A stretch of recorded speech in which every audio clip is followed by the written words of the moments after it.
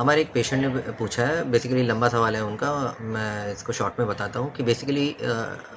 2005 में उनकी एंजियोग्राफी हुई थी जिसमें उनके हार्ट की एक नस में 100% ब्लॉकेज मिला था। फिर एंजियोप्लास्टी हुआ, स्टेंट डाल के उस नस को खोला गया। 2024 में उन्होंने वापस अपनी एंजियोग्राफी की देखने के लिए कि सब कुछ ठीक-ठाक है या नहीं।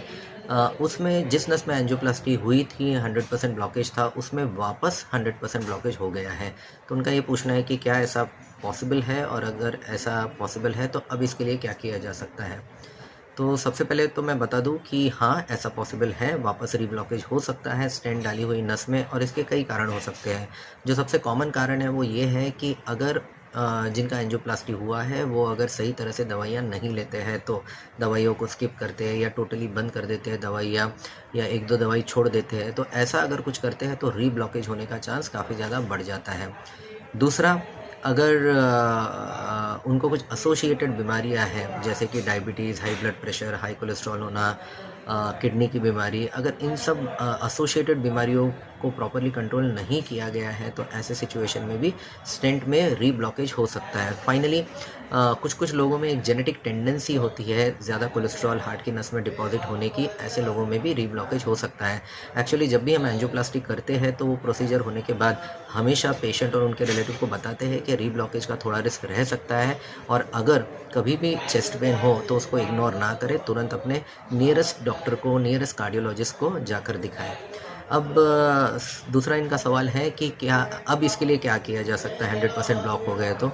तो देखिए, ऐसा है कि इसके लिए कोई एक कॉमन आंसर नहीं है, ये पर्सन टू पर्सन ये आंसर डिफ़र कर सकता है, क्योंकि ये बहुत सारी बातों पर डिपेंड करता है। जैसे कि जिस व्यक्ति की नस में ऐसा ब्लॉकेज हुआ है उनको कंप्लेंट्स क्या है, क्या सच में उनको चेस्ट पेन, ब्रेथलेसनेस ऐसा कुछ तकलीफ है भी या नहीं,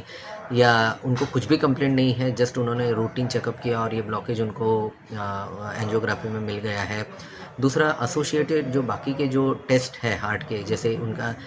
जो एक फ्रेश ईसीजी अगर हम करके देखें तो उसमें क्या फाइंडिंग है, फ्रेश एक 2D ईको करके देखें तो हार्ट की ओवरऑल क्या सिचुएशन है। तो ये सारी और इसके अलावा भी काफ़ी सारी बातें देखनी पड़ती है ये डिसाइड करने के पहले कि अगर किसी व्यक्ति को रीब्लॉकेज हो गया है तो उसका सही ट्रीटमेंट क्या होगा। क्या उसको सिर्फ दवाइयों में थोड़ी तब्दीलियाँ करके हम कंटिन्यू करेंगे, या वापस इनको एंजियोप्लास्टी या इवन बाईपास का ऑपरेशन लग सकता है। तो ये पेशेंट टू पेशेंट डिफ़र करता है। आपको मैं ये एडवाइस दूंगा कि अगर आपको सच में कुछ तकलीफ़ है, प्रॉब्लम है, तो प्लीज़ जो आपने रिसेंट एंजियोग्राफी की है सबसे पहले वो एक कार्डियोलॉजिस्ट को दिखाइए, उसका सीडी जो रिकॉर्डेड है दिखाइए, आपको क्या तकलीफ है नहीं है सब उनसे डिस्कस करिए, खुद का एक प्रॉपर फिजिकल एग्जामिनेशन करवा लीजिए, तब कहीं जाकर आपको कोई कार्डियोलॉजिस्ट आपके लिए क्या सही है वो एडवाइस दे पाएंगे।